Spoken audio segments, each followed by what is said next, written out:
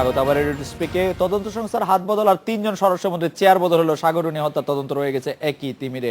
আদালতের নির্দেশে মামলাটি তদন্তভার র্যাবের কাছে দেওয়ার পর প্রায় ৩ বছর ধরে অগ্রগতি নিয়ে আদালত থেকে সময় নেওয়া হয়েছে ৩২ বার। এই হত্যার পেছনে কারা জড়িত এর কোনো ধারণাই পাওয়া যায়নি। যুক্তরাষ্ট্রে পাঠানোর ডিএনএ নমুনা পরীক্ষার ফলাফল হাতে আসার পর তা মিলিয়ে দেখছে র্যাব। অগ্রগতি এই পর্যন্তই।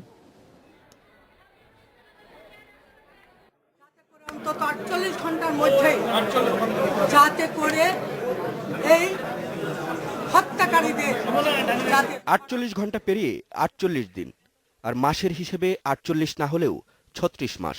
তারপরেও খোলেনি রহস্যের জট।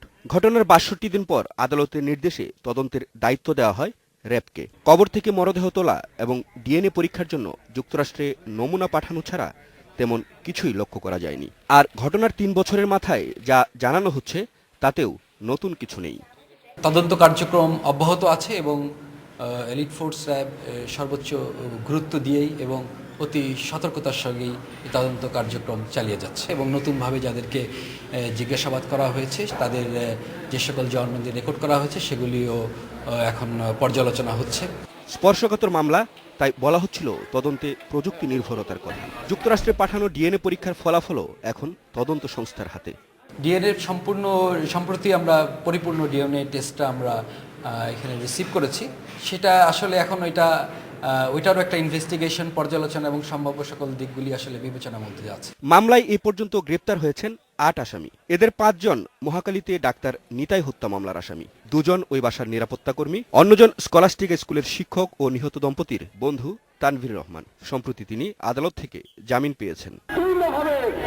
সাংবাদিক সমাজের পক্ষ থেকে বরাবরই দাবি জানানো হচ্ছে মামলার তদন্ত শেষ করে খুনিদের দ্রুত শাস্তি নিশ্চিত করা।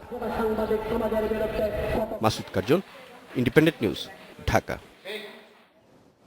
বিভিন্ন গোয়েন্দা সংস্থা একযোগে কাজ করলো, এখন পর্যন্ত সাগররুনি হত্যাকাণ্ডের সিদ্ধান্তে পৌঁছানো সম্ভব হয়নি বলে মন্তব্য করছেন স্বরাষ্ট্র প্রতিমন্ত্রী আসাদুজ্জামান খান কামাল। তদন্তের জন্য ৩ বছর দীর্ঘ সময় বলে স্বীকার করেন প্রতিমন্ত্রী, জানান হয়তো নির্ভুল করার জন্যই সময় নেওয়া হচ্ছে।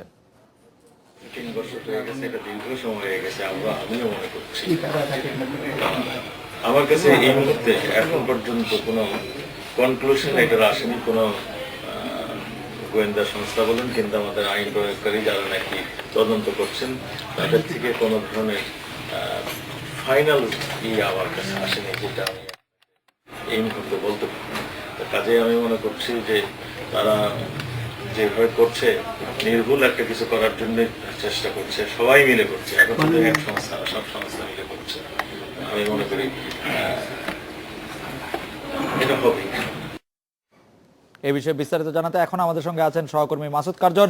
মাসুদ কার্জন, আপনার কাছে জানতে চাইবো যে ৩ বছরেও সাগররুনি হত্যাকাণ্ডের তদন্ত কাজ শেষ হয়নি, আমরা আসলে প্রকৃত রহস্যের কোনো কিছু জানতে পারিনি। একজন অপরাধ বিষয়ক সাংবাদিক হিসেবে নিজেকে ব্যর্থ মনে হয় কিনা? ব্যর্থ তো অবশ্যই, সেটা সংবাদকর্মীদের একদম তাদের ২ জন সহকর্মী মারা গেছে, তাদের নিজস্ব কিছু ইনভেস্টিগেশন আসলে থাকা হচ্ছিল, হয়তো সেটা সম্ভব হয়নি। তো আপনি হয়তো খালেদ রাষ্ট্রের আইন শৃঙ্খলা বাহিনীর প্রধান বা অভিভাবক একটু আগে স্বরাষ্ট্রমন্ত্রীর কথা শুনছিলেন, তিনি আজকে সাংবাদিকদের সঙ্গে কথা বলেছেন, তিনিও কিন্তু এক প্রকার আসলে হতাশা ব্যক্ত করেছেন। তিনি বারবারই বলছিলেন, এর আগেও আমি তার সঙ্গে কয়েকবার এই ব্যাপারে কথা বলেছিলাম, ইন্টারভিউ করেছিলাম, তিনিও বলছেন যে দুজনই তার নির্বাচনী এলাকার ভোটার, তাদের সঙ্গে পরিচিত ছিল এবং আজকেও তিনি কিন্তু এই কথাগুলো বারবারই বলেছেন এবং বলছেন যে ৩ বছর আসলেই অনেক সময় এবং সেটা এক ধরনের হতাশা আসলে তার মধ্যেও কাজ করছে আইন শৃঙ্খলা বাহিনীর অভিভাবক বা স্বরাষ্ট্র প্রতিমন্ত্রী হিসেবে। তারপরেও তিনি যেটি বলছেন যে নির্ভুল করার জন্য অনেক ক্ষেত্রে তিনি উদাহরণও দিয়েছেন। আজকে শুনেছি কার্জন, আপনি একটু বলেন যারা আটক রয়েছেন তাদের বিরুদ্ধে আসলে অভিযোগটা কি? তদন্তকারীরা কি নিজেদেরকে ব্যর্থ মানছেন, নাকি তদন্তকারীরা শুধু একবার এই তদন্ত সংস্থা সেই তদন্ত সংস্থার উপর, সেই তদন্ত সংস্থা ওই তদন্ত সংস্থার উপর বিষয়টি চাপিয়েই নিজে ভারমুক্ত থাকছেন?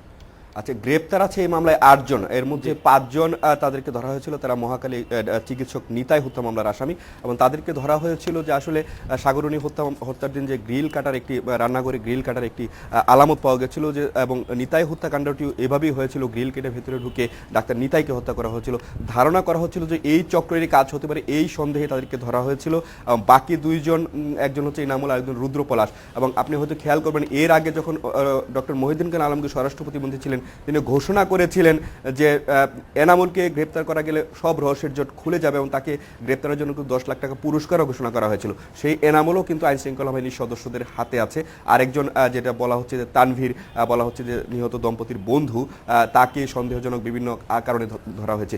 তো আরও আসলে কারোর বিরুদ্ধে কিন্তু সুনির্দিষ্ট অভিযোগ এখন পর্যন্ত যারা তদন্ত করছেন র্যাব, তারাও কিন্তু কিছু বলতে পারছেন না। এবং যে নমুনা পাঠানো হয়েছিল ঘটনার যে আলামত সংগ্রহ করে ডিএনএ জন্য নমুনা পাঠানো হয়েছিল যুক্তরাষ্ট্রে, সেখান থেকে কিন্তু নমুনা ফিরেছে। তারপরে সেই নমুনায় তারা বলা হচ্ছে, র্যাব বলছে যে দুজনের সাগরণী ছাড়া দুজন পুরুষ লোকের নমুনা তারা পেয়েছেন ডিএনএ পর্যন্ত। তারপরে 21 জন সন্দেহভাজন, যে 8 জন আছেন তাদের সহ 21 জনের আর ডিএনএ নমুনা সংগ্রহ করে সেগুলোও কিন্তু যুক্তরাষ্ট্রে পাঠানো হচ্ছিল। এবং যে নমুনা প্রথম পাঠানো হয়েছিল, যেখানে বলা হচ্ছিল দুজন পুরুষের নমুনা ডিএনএ থেকে পাওয়া গেছে, তো যে 21 জনের পাঠানো হয়েছিল তাদের কারোর সঙ্গেই কিন্তু মিলেনি। ফলে মানে র্যাব এখন পর্যন্ত আসলে স্পষ্ট করে বলছে না যে 8 জন গ্রেপ্তার আছেন, 7 জন এখন কারাগারে আছেন, একজন জামিনে আছেন, তাদের সঙ্গে আসলে হত্যাকাণ্ডের কোনো যোগ সাজস আছে কিনা বা তারা এই হত্যাকাণ্ডে জড়িত কিনা, এই বিষয়টি কিন্তু পর্যন্ত এক প্রকার বলা চলে যে আসলে তদন্ত র্যাবও আসলে বিষয়টা নিয়ে বেশ বিব্রতকর পরিস্থিতির মধ্যে আছেন। কারণ তারা বলছেন তাদের কাছে যেহেতু সাংবাদিক দম্পতি মারা গেছে, যে কোনো আলোচিত হত্যাকাণ্ড তাদের কাছে জানতে চাওয়া হয় এবং তারাও কিছু আপডেট জানাতে পারছে না, ঘটনার তদন্তের কোনো অগ্রগতি জানাতে পারছে না স্বরাষ্ট্রমন্ত্রী। তো ফলে বলা চলে যে আসলে ঘটনাটি তদন্ত হচ্ছে কিনা, র্যাব তো আমাদেরকে বলছে যে তারা তদন্ত করছে এবং তদন্ত তাদের ইন্টারনাল বিষয়, এটার মধ্যে সিক্রেসি মেনটেন করা হয়, গোপনীয়তা মেনটেন করা হয়। তো আসলে ভেতরে তারা কি কাজ করছেন, যেটা স্বরাষ্ট্রমন্ত্রী বলছেন যে নির্ভুল করার জন্য হয়তো করছেন, জানি না। আসলে শেষ পর্যন্ত 3 বছর হয়ে গেল এবং আলামত অনেক ক্ষেত্রে দীর্ঘ সময় থাকলে সেই আলামতও অনেকটা নষ্ট হয়ে যাওয়ার একটা বিভিন্ন সময় অভিযোগ ওঠে।